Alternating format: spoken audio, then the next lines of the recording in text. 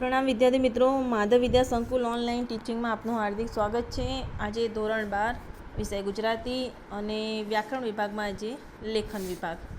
હવે વિદ્યાર્થી મિત્રો, આજે જે હું ચર્ચા કરવાની છું એ વિસ્તારમાં ચર્ચા કરીશ। વિદ્યાર્થી મિત્રો, હવે લેખન વિભાગમાં તમારે બોર્ડની પરીક્ષામાં હું તમને પ્રશ્નપત્રનો થોડો ખ્યાલ આપી દઉં છું।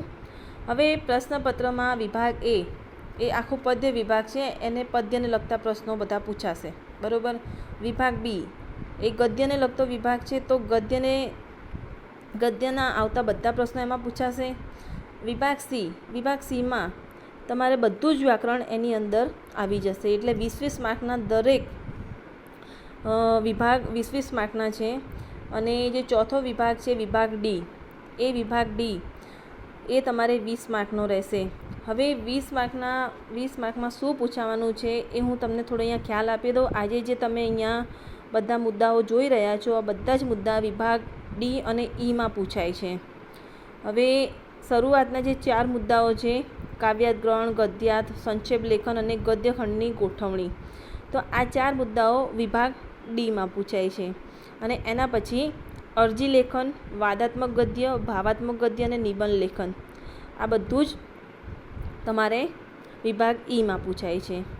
વિદ્યાર્થી મિત્રો, હું તમને આ જેટલા મુદ્દા છે મુદ્દાઓનો થોડોક ખ્યાલ આપી દઉં, થોડીક માહિતી આપી દઉં, એટલે તમને ખ્યાલ આવી જાય કે તમારે કયા મુદ્દામાં તમે સંપૂર્ણ કે પૂરા માર્ક્સ મેળવી શકો છો, બરાબર।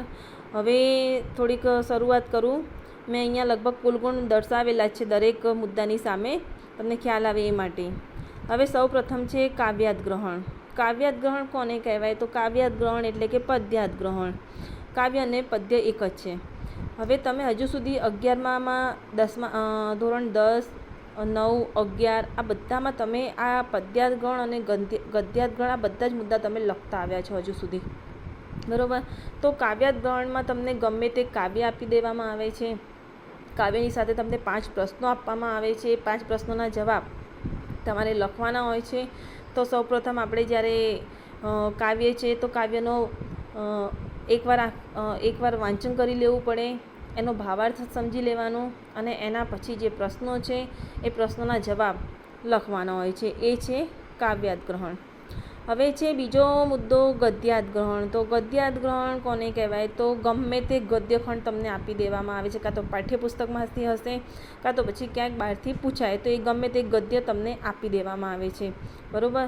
તો એ ગદ્યમાંથી તમારે 5 પ્રશ્નો આપવામાં આવે છે, 5 પ્રશ્નોના જવાબ તમારે ગદ્યખંડમાંથી શોધીને લખવાના હોય છે, બરાબર, તમારા શબ્દોમાં લખવાના હોય છે। પછી સંક્ષેપ લેખન એટલે કે તમને ગમે તે ગદ્યખંડ આપી દેવામાં આવે છે, તો એ ગદ્યનો 3જા ભાગનો સારાંશ તમારે લખવાનો હોય છે, બરાબર। જેમ કે 9 લીટીનું ગદ્યખંડ હોય તો તમારે 3જા ભાગનું સારાંશ કેટલું 3 લીટીમાં લખીને પૂરું કરવાનું હોય છે। પછી અહીંયા ચોથો મુદ્દો છે કાળ કથન રીતિ મુજબ ગદ્યખંડની ગોઠવણી। તો વિદ્યાર્થી મિત્રો, હું હંમેશા જ્યારે પણ પ્રકરણ ચલાવું છું ત્યારે હંમેશા કહેતી હોઉં છું, તમે બધા જેટલા પાઠ છે પાઠનું વાંચન કરજો। હવે ગદ્યખંડ તમારે પાઠ્યપુસ્તકમાંથી જ ગમે તે પાઠમાંથી કોઈ પણ ગદ્ય આપી દેવામાં આવશે, એ ગદ્યનો ક્રમ આડો અવળો હશે, તો તમારે ગદ્ય ક્રમ પ્રમાણે ગોઠવવાના છે, જેમ પાઠ્યપુસ્તકમાં આપેલું છે એ પ્રમાણે, બરાબર। એના માટે પાઠનું વાંચન કરવું ખૂબ જ જરૂરી છે, તો કરતા રહેજો। પછી વિભાગ તમારી બોર્ડની પરીક્ષાના પ્રશ્નપત્રમાં વિભાગ ઈ આવશે। ડી કમ્પ્લીટ થયું અને હવે ઈ આવશે। તો વિભાગ ઈની અંદર પૂછાશે અરજી લેખન। જે વિદ્યાર્થી મિત્રો તમે બધાએ જોઈ હશે, અરજી મેં અપલોડ કરી હતી, તો તમે બધાએ જોઈ હશે। પહેલાં આપણે પત્ર લેખન લખતા હતા, બરાબર, આપણા સગાવાલાને, હવે આપણે ફરિયાદ કરતી અરજીઓ લખવાની છે। તો અરજી માટે ખાસ આમાં બહુ જ માર્ક્સ કપાય છે, એટલે ખૂબ ધ્યાનપૂર્વક તેને જોજો, સમજજો અને લખવાનો પ્રયત્ન આ રીતે કરજો, બરાબર। પછી એના પછી હવે તમારે ધોરણ 12ની અંદર 2 નવા મુદ્દા છે જે હજુ સુધી 11મા ધોરણ સુધી નથી આવ્યા। તેમાં એક છે વાદાત્મક ગદ્ય અને બીજું છે ભાવાત્મક ગદ્ય, અથવામાં પૂછાય છે, બંનેના 5-5 માર્ક્સ હોય છે, બરાબર। તો આ બંનેમાંથી એકની તૈયારી રાખજો। અને વાદાત્મક ગદ્ય બી ખૂબ સરળ છે। વાદાત્મક ગદ્ય એટલે કે વાદ વિવાદ કરનારું, બરાબર. આપણે વાદ વિવાદ કરનારું ગદ્ય. વિદ્યાર્થી મિત્રો, તમને ગમે તે ગદ્ય આપી દેવામાં આવશે. એ ગદ્યના દરેક વાક્યો સાથે તમારે દલીલો કરવાની છે. કેવી દલીલો? તો તર્કના રૂપમાં, આક્ષેપ કે બચાવના રૂપમાં એવી દલીલો કરવાની છે એ વાક્યો સાથે, બરાબર. વાદાત્મક ગદ્ય હું વિસ્તારપૂર્વક ચલાવીશ, એટલે ધ્યાનપૂર્વક તમે આને સમજજો. અને આખા પાઠ્યપુસ્તકમાં એમ કહેવાય ને કે સૌથી વધારે સરળ ટૉપિક કોઈ હોય તો વાદાત્મક ગદ્ય છે. વિદ્યાર્થી મિત્રો, આપણે એની સાથે દલીલો કરવાની છે, બરાબર. અને તમારા પાઠ્યપુસ્તકમાં પણ વાદાત્મક ગદ્યમાં 2 ગદ્ય આપેલા છે. 2 ગદ્ય ખાસ તૈયારી કરી લેજો, પરીક્ષામાં પૂછાતું જ હોય છે. અને મોસ્ટલી આપણે ચોપડીનું વાંચન કરજો. ચોપડીના વાંચનમાં પાછળ લેખન વિભાગ, વ્યાકરણ વિભાગ દરેકના ઉદાહરણ છે, બધું જ મોઢે કરી લેજો વિદ્યાર્થી મિત્રો. એના પછી ભાવાત્મક ગદ્ય લેખન. હવે ભાવાત્મક ગદ્ય કોને કહેવામાં આવે છે? તો ગમે તે એક ગદ્ય આપી દેવામાં આવે છે તમને.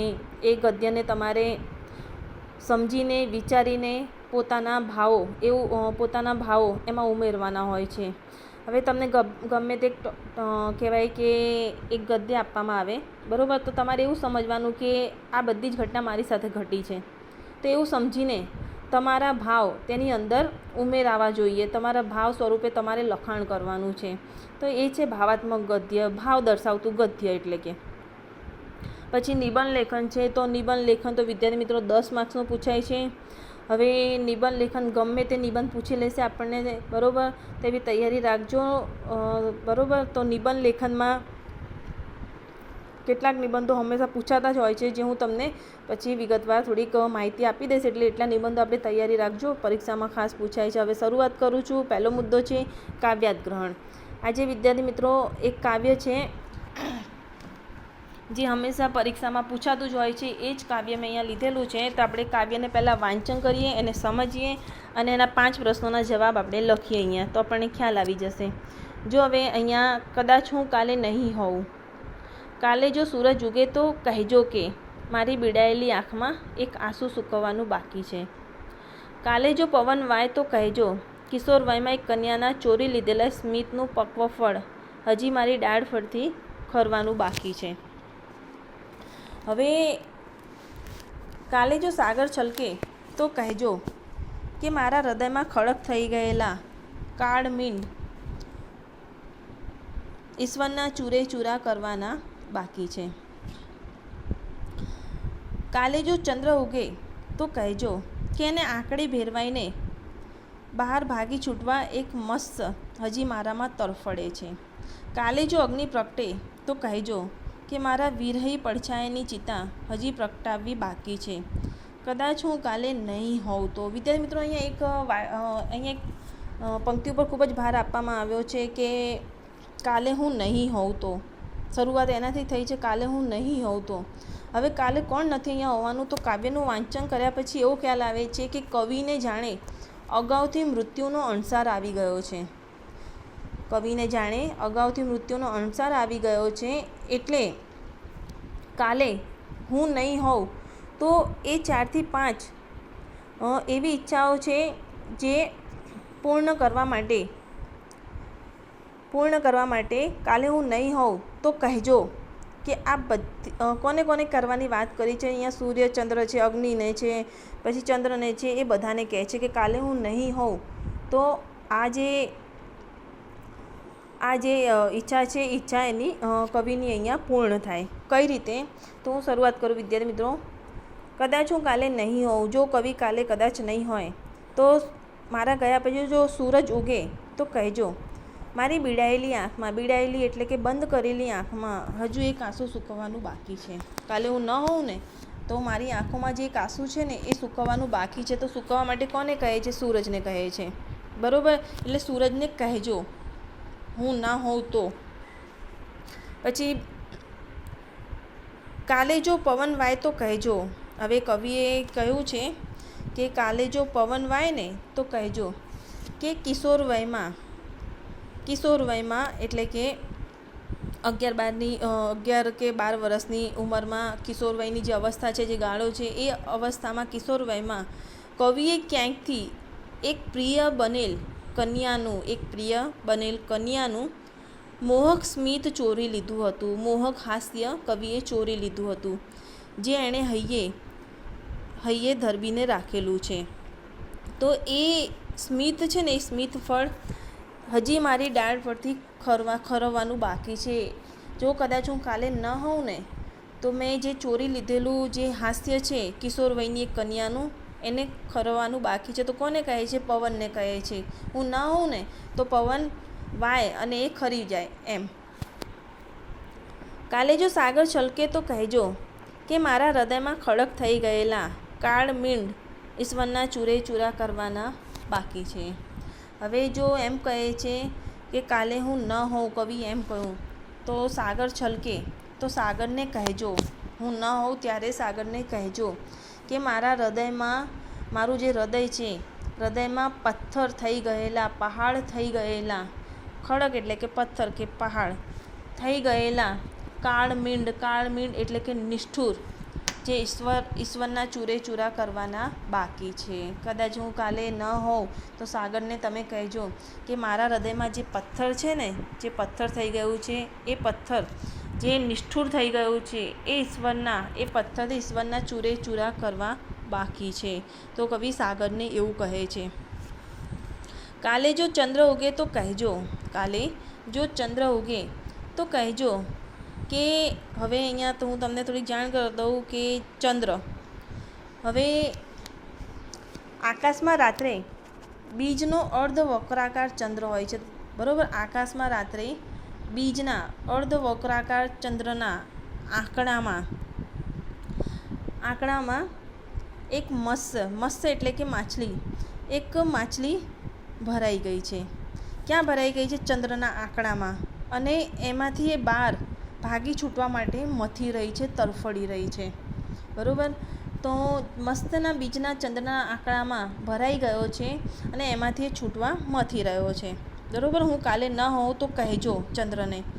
હવે કાલે જો હું ન હોઉં ને તો અગ્નિ પ્રગટે તો કહેજો અગ્નિને કે મારા વિરહી પડછાયાની ચિતા. હવે વિરહી એટલે કે વિરહવાળી જે પડછાયો છે, એ પડછાયાની ચિતા હજી પ્રગટાવવાની બાકી છે. હવે અહીંયા છેલ્લે કહ્યું છે કે કદાચ આવતીકાલે, કદાચ હું જીવતો ન હોઉં ત્યારે મારા વિરહનો અંત લાવવા માટે કવિ અગ્નિદેવને સૂચવે છે કે કદાચ હું કાલે ન હોઉં તો મારે જે વિરહરૂપી જે પડછાયો છે, પડછાયાને પ્રગટાવવાનું હજી બાકી છે, એટલે વિરહનો અંત લાવવાનો બાકી છે એમ કવિએ કહ્યું છે. તો વિરહનો અંત લાવવા માટે કવિ અગ્નિદેવને સૂચવતા હોય છે, બરાબર. કદાચ હું કાલે નહીં હોઉં, બરાબર. તો વિદ્યાર્થી મિત્રો, આ આખા કાવ્યનું ભાષાંતર છે. આ રીતે આપણે ભાષાંતર કરી લેવાનું. હવે તેમાં આવતા 5 પ્રશ્નો છે, એ 5 પ્રશ્નો આપણે સમજી લઈએ. વિદ્યાર્થી મિત્રો, પહેલો પ્રશ્ન છે કે કવિ બીડાયેલી આંખમાં આવેલા આંસુને સૂકવવાનું કોને કહે છે? ફરી એકવાર રિપીટ કરું છું પ્રશ્ન. કવિ બીડાયેલી આંખમાં આવેલા આંસુને સૂકવવાનું કોને કહે છે? તો કવિ બંધ કરેલી આંખમાં કવિ સૂર્યને, બીડાયેલી આંખમાં આવેલા આંસુને સૂકવવાનું કોને કહે છે? સૂર્યને કહે છે. બીજો પ્રશ્ન છે, કવિએ કિશોર વયમાં શું ચોરી લીધેલું? તો કવિએ કિશોર વયમાં એક મનગમતી કન્યાનું સ્મિત એટલે કે હાસ્ય ચોરી લીધેલું હતું. ત્રીજો પ્રશ્ન છે, મત્સ્ય એટલે કે માછલી ક્યાં ભરાઈ ગયો છે? મત્સ્ય ક્યાં ભરાઈ ગયો છે અને તે શું કરવા મથી રહ્યો છે? તો મત્સ્ય બીજના ચંદ્રના આંકડામાં ભરાઈ ગયો છે, તે એમાંથી છૂટવા મથી રહ્યો છે. ચોથો પ્રશ્ન, કવિ વીરનો અંત લાવવા કોને કહેવાનું સૂચવે છે? તો કવિ વીરનો અંત લાવવા માટે અગ્નિને પોતાની ગેરહાજરીમાં કહેવાનું સૂચવે છે. છેલ્લો છે વિદ્યાર્થી મિત્રો, છેલ્લો પ્રશ્ન, કાવ્યને યોગ્ય શીર્ષક આપો, બરાબર. તો આખું કાવ્યના વાંચન કર્યા પછીનું એક શીર્ષક નીકળે છે, એ શીર્ષક આપણે અહીંયા દર્શાવવાનું હોય છે. તો શીર્ષકમાં અહીંયા ઘણા બધા શીર્ષક નીકળી શકે છે આ કાવ્યમાંથી. હું તમને 2 શીર્ષક તો પણ કહી દઉં છું. હવે પહેલું શીર્ષક છે કવિનું વસિયતનામું. આપણે વસિયત ક્યારે લખતા હોઈએ છીએ, કદાચ કાલે નહીં રહીએ તો એક વસિયત બનાવવામાં આવે છે. એ રીતે અહીંયા કવિએ પોતાની વસિયત બનાવી છે, તો કવિનું વસિયતનામું. બરાબર. બીજું આનું કહેવાય બીજો શીર્ષક છે તો કહેજો કે. કવિ કાલે ન હોય તો કવિ કહે છે તો કહેજો કે. આજે 5 અહીંયા ઉપમા આપવામાં આવેલી છે, ચંદ્રની, સૂરજની, અગ્નિની, ચંદ્રની. બરાબર. તો એ તમે કહેજો કાલે હું ન હોઉં તો જે બાકી ઈચ્છા છે કવિની એ ઈચ્છા અહીંયા પૂર્ણ થાય. તો કહેજો કે આ એક શીર્ષક અહીંયા આવી શકે છે. બરાબર વિદ્યાર્થી મિત્રો. તો હવે આ રીતે તમારે કાવ્યનું વાંચન કરીને તેનો અર્થ સમજીને પ્રશ્નોના જવાબ તમારે લખવાના રહેશે. બરાબર. તો પ્રણામ વિદ્યાર્થી મિત્રો.